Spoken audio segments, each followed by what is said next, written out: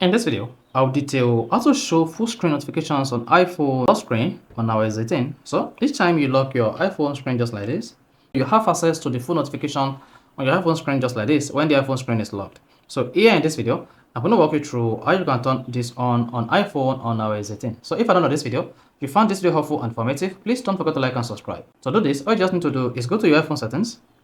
On the settings page, just scroll down and click on notifications here.